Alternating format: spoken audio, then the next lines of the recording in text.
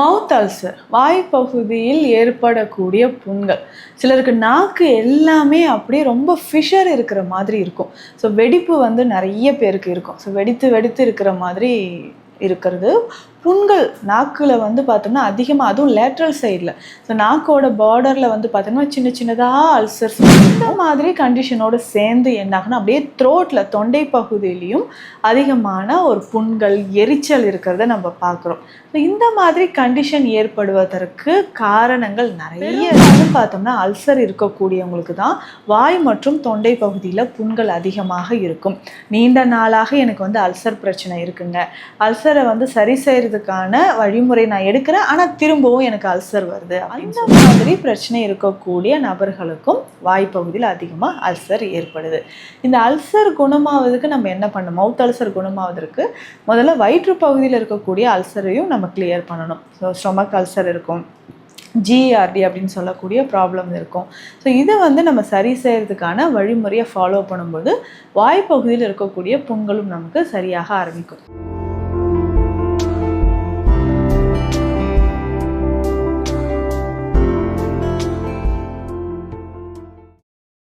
வரம் நேயர்களுக்கு வணக்கம். நான் doctor Nithya, Siddha physician. Mouth ulcer வாய்ப்பகுதியில் ஏற்படக்கூடிய புண்கள். சிலருக்கு நாக்கு எல்லாமே அப்படியே ரொம்ப ஃபிஷர் இருக்கிற மாதிரி இருக்கும். ஸோ வெடிப்பு நிறைய பேருக்கு இருக்கும். ஸோ வெடித்து வெடித்து இருக்கிற மாதிரி இருக்கிறது. புண்கள் நாக்கில் பார்த்தோம்னா அதிகமாக, அதுவும் லேட்ரல் சைடில், ஸோ நாக்கோட பார்டரில் பார்த்தோம்னா சின்ன சின்னதாக அல்சர்ஸ் இருக்கும்.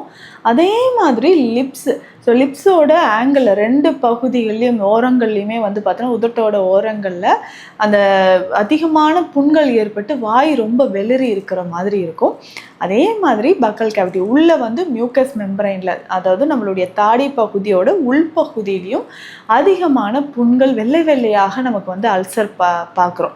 ஸோ இந்த மாதிரி கண்டிஷனோடு சேர்ந்து என்ன ஆகுனா அப்படியே த்ரோட்டில், தொண்டை பகுதியிலையும் அதிகமான ஒரு புண்கள், எரிச்சல் இருக்கிறத நம்ம பார்க்குறோம். ஸோ இந்த மாதிரி கண்டிஷன் ஏற்படுவதற்கு காரணங்கள் நிறைய இருக்குது.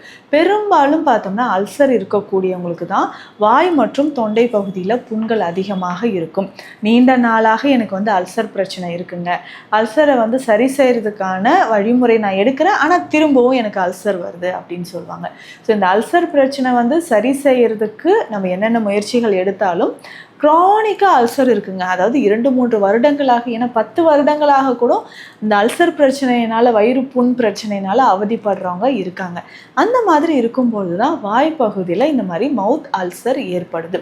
ஸோ நாக்கில் அதிகமாக புண்களோ இல்லை கண்ணப்பகுதியில் புண்கள் ஏற்படுறதோ நம்ம பார்க்குறோம். இந்த மவுத் அல்சர் இன்னொரு முக்கியமான ஒரு காரணம் பார்த்தோம்னா அதிகமான உடல் உஷ்ணத்தினால் வரக்கூடியது. ஸோ இது வாய் வேக்காடு அப்படின்னு சித்த மருத்துவத்தில் சொல்லுவாங்க. ஸோ இந்த அதிகமான உடல் உஷ்ணத்தினால மவுத் அல்சர் இருக்குது. அதே மாதிரி பார்த்தோம்னா ஏதாவது ஒரு மெடிசன்ஸ் நம்ம தொடர்ந்து சாப்பிட்டுட்ருக்கோம், மருந்துகள் தொடர்ந்து சாப்பிட்டுட்ருக்கிறோனாலும் வாய்ப்பகுதியில் இந்த மாதிரி புண்கள், அந்த உஷ்ணத்தினால நமக்கு புண்கள், அதோட பக்க விளைவுகளான வாய்ப்பகுதியில் புண்கள் ஏற்படுது. இன்னும் ஒரு சிலர் பண்ணக்கூடிய ஒரு தவறு என்னென்னா, ஏதாவது ஒரு காரத்தன்மை இருக்கக்கூடிய மூலிகை, உஷ்ண வீரியம் இருக்கக்கூடிய மூலிகையை தொடர்ந்து சாப்பிடுவாங்க. அந்த மாதிரி சாப்பிடும்போதும் வாய்ப்பகுதியில் புண்கள் வருது. இப்போ உதாரணத்துக்கு பார்த்தோம்னா நிறைய மூலிகைகள் இருக்குது, காரத்தன்மை இருக்கக்கூடிய மூலிகை, திப்பிலி இருக்குது, சிற்றரத்தை, மிளகு, கருஞ்சீரகம், இந்த மாதிரி மூலிகைகளை சில ஒரு ஹோம் ரெமடிஸ் மாதிரி நம்ம ட்ரை பண்ணிகிட்டு இருப்போம். ஆனால் நீண்ட நாட்களாக அதை நம்ம ஃபாலோ பண்ணிக்கிட்டே இருக்கும்போது நம்ம உடல் உஷ்ணம் அதிகமாகக்கூடிய சமயத்திலும் அதை நம்ம சாப்பிட்டோம்னா நமக்கே தெரியாமல் சாப்பிட்ருவோம். அப்போ என்ன ஆகுதுன்னா வாய்ப்பகுதியில் அதிகமான புண்கள் ஏற்படவோ அல்சர் ஏற்படவோ வாய்ப்புகள் இருக்குது. ஸோ இந்த மாதிரி மூலிகைகளை அதோட தன்மை அறிஞ்சு நம்மளுடைய உடல் வாகு அறிந்து நம்ம சாப்பிட்றது நல்லது. ஸோ இந்த மாதிரி வாய் புண்கள் இருக்கும்போது என்னென்னா, தண்ணீர் பட்டால் கூட வாயில் ரொம்ப எரிச்சல் இருக்குங்க அப்படின்னு சொல்லுவாங்க. ஸோ எதுவுமே உணவு சாப்பிட முடியாத ஒரு சூழ்நிலை இருக்கும். கல்லீரல் சம்பந்தப்பட்ட பிரச்சனைகளும் இதில் நமக்கு ஏற்படுது. கல்லீரல் சம்மந்தப்பட்ட பிரச்சனைகள், அந்த லிவர் ரிலேட்டடாக இருக்கக்கூடிய ப்ராப்ளம்ஸ் இருக்குது. நிறைய பேருக்கு சுகர் இருக்குது, முக்கியமாக பிபி. ஸோ அதிகமாக பிளட் ப்ரெஷர் இருக்கக்கூடிய நபர்களுக்கு வாய்ப்பகுதியில் புண்கள் ஆறாமல் இருந்துக்கிட்டே இருக்கும், திரும்ப திரும்ப வந்துக்கிட்டே இருக்குங்கன்னு சொல்லுவாங்க.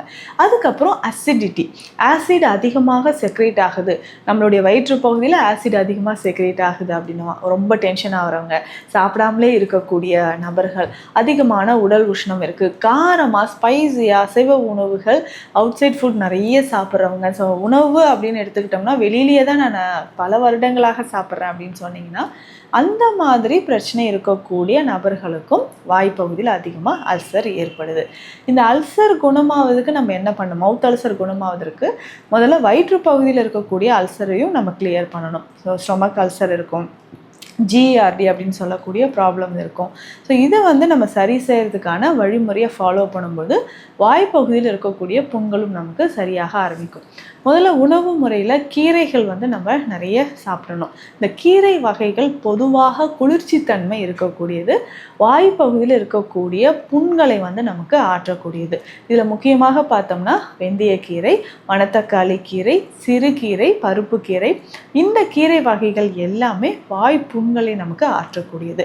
முக்கியமாக விட்டமின் ஏ மற்றும் பி, ஸோ இது ரெண்டுமே இருக்கக்கூடிய உணவுகளை நம்ம அதிகமாக சாப்பிடணும். ஸோ சித்த மருத்துவத்தை பொறுத்த வரைக்கும் இதில் நிறைய மருந்துகள் சொல்லியிருக்காங்க. ஒரு ஜென்ரலாக நம்ம வீட்டில் ஃபாலோ பண்ணக்கூடிய ஒரு ஹோம் ரெமிடி அப்படின்னு பார்த்தோம்னா தேங்காய் பால் நம்ம பயன்படுத்தலாம். ஸோ இந்த தேங்காய் பால் அப்படின்னு சொல்லக்கூடியது நம்ம உடலில் இருக்கக்கூடிய பல நோய்களை குணப்படுத்தக்கூடியது.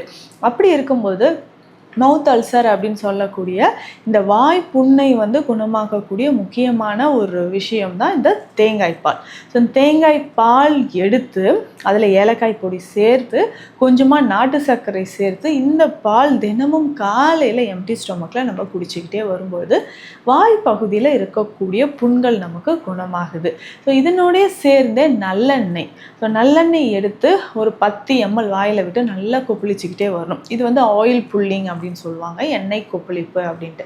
ஸோ இதை நம்ம பயன்படுத்தும் போதும் வாய்ப்பகுதியில் இருக்கக்கூடிய புண்கள் நமக்கு குணமாக ஆரம்பிக்கும். அதே மாதிரி முக்கியமாக பார்த்தோம்னா இந்த சீரகாதி தைலம் அப்படின்ற ஒரு தைலம் வகை இருக்குது. சீரகத்தை வைத்து அதனோட சில மூலிகைகள் சேர்த்து செய்யக்கூடிய தைல வகை. இந்த சீரகாதி தைலம் இதே மாதிரி 10 ml அளவுக்கு எடுத்து வாயில் விட்டு நல்லா கொப்பளிச்சுக்கிட்டே வரணும். ஸோ தினம்தோறும் இதை பயன்படுத்தும் போது நமக்கு வாயில் இருக்கக்கூடிய புண்கள் குணமாக ஆரம்பிக்கும்.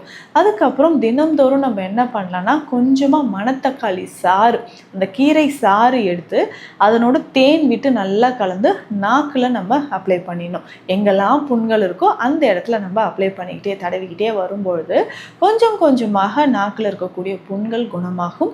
இதனோடு சேர்ந்து தொண்டை பகுதியிலையும் புண்கள் இருக்குன்னா இதையே நம்ம ஃபாலோ பண்ணிட்டு வரலாம். இப்போ நிறைய பேர் செய்கிற விஷயம் என்னென்னா, இவ்வளோ புண்கள் இருக்கே, உடல் சூடு, ஸோ அதனால் நான் சில்லுன்னு ஏதாவது நான் குடிக்கிறேன், இல்லை தொண்டை கரகரன் இருக்குது, புண்ணு மாதிரி இருக்குது, அப்போ சூடாக நான் இந்த டீ எல்லாம் குடிச்சிக்கிறேன் அப்படின்னு சொன்னீங்கன்னா, ஸோ ரொம்ப அதிகமான சூடும் சரி இல்லை குளிர்ந்த உணவுகள் எடுக்கும் பொழுதும் என்ன ஆகுன்னா தொண்டை பகுதியிலோ வாய் பகுதியிலோ நமக்கு புண்கள் குறையாமல் இருக்கும். ஸோ அந்த மாதிரி உணவு எடுக்கிறதையும் தவிர்த்துட்டு, ஸோ காய்கறிகள் எல்லாமே நம்ம வேக வைத்து லேசாக தாளித்து அந்த மாதிரி தான் சாப்பிடணும். வாயு பதார்த்தங்கள், அதாவது வாதத்தை அதிகமாக்கக்கூடிய உணவு முறைகளை நம்ம தவிர்த்தல் ரொம்ப ரொம்ப நல்லது. ஸோ அதிகமான காரம் புளிப்பு சார்ந்த உணவுகளையும் நம்ம தவிர்த்துக்கணும். இதனுடைய வயிறு புண் இருக்கும்போது அதற்கேற்ற மாதிரி உணவுகள் சாப்பிடணும். ஸோ சீரகம் நல்லா பொடி பண்ணி வச்சுக்கிட்டு இதனோட ஓமமும் பொடி பண்ணி வச்சுக்கிட்டு ரெண்டுத்தையும் ஒன்றா கலந்து ஒரு 1/2 ஸ்பூன் அளவுக்கு எடுத்து நம்ம தினம்தோறும் தண்ணீரில் நார்மல் வாட்டரில் கலந்து குடிச்சிக்கிட்டே வரணும். ஸோ ஒரு நாளைக்கு 2 வேளை இதை குடிக்கும்போது நம்ம உடலில் இருக்கக்கூடிய கழிவுகள், வயிறு பகுதியில் இருக்கக்கூடிய புண்கள், இது எல்லாமே நமக்கு கொஞ்சம் கொஞ்சமாக குணமாக ஆரம்பிக்கும். ஸோ இதனோட சேர்ந்து பார்த்தோம்னா ஏலரிசி சூர்ணம். இப்போ நம்ம கிளினிக்கில் ஸ்பெஷலாக கொடுக்கக்கூடிய ஒரு மெடிசன் தான் இந்த ஏலரிசி சூர்ணம் அப்படின்னு சொல்கிறோம். இந்த ஏலரிசி சூர்ணம் நெய்யோடு சேர்த்து சாப்பிடும்பொழுது நம்ம உடலுக்கு அதிகமான ஆற்றல் கிடைக்க ஆரம்பிக்கும். நெய், அதாவது வயிறு புண்ணு இருக்குது, வாய்ப்புண்ணு இருக்குது, அதை சரி செய்கிறதுக்கு நமக்கு நெய் ஒரு முக்கியமான ஒரு மருந்தாக இருக்குது. ஸோ இதை மணத்தக்காளி நெய்யோ இல்லை வல்லாரை நெய்யோ அஸ்வகந்தா நெய்யோ நம்ம பயன்படுத்தலாம். ஸோ இந்த மாதிரி பயன்படுத்தும் பயன்படுத்தும் பொழுது வாய்ப்பகுதியில் இருக்கக்கூடிய புண்கள் நமக்கு கொஞ்சம் கொஞ்சமாக குணமாக ஆரம்பிக்கும். வயிற்றுப்பகுதியில் புண்கள் இருந்தால்தான் நிச்சயமாக வாய்ப்பகுதியிலும் புண்கள் ஏற்படுது. இதனோடு சேர்ந்து உடல் உஷ்ணம் தணிக்கிறதுக்கான மருந்துகளும் நம்ம சாப்பிடும்போது வயிற்றுப்புண்ணும் சரி, வாய்ப்பகுதியில் ஏற்படக்கூடிய புண்களும் நமக்கு குணமாகுது. ஸோ இந்த மாதிரி வயிறு சம்பந்தப்பட்ட பிரச்சனைகளோ, வாயில் ஏற்படக்கூடிய புண்கள் இதை குணமாக்குவதற்கு இதனால் மருத்துவ ஆலோசனை தேவைப்பட்டால் ஸ்க்ரீனில் இருக்கிற நம்பருக்கு காண்டாக்ட் பண்ணுங்கள். நம்ம clinic Deekshalayam Siddha health care, Adambakkam, Chennai. மீண்டும் அடுத்த பதிவில் சந்திக்கலாம். நன்றி.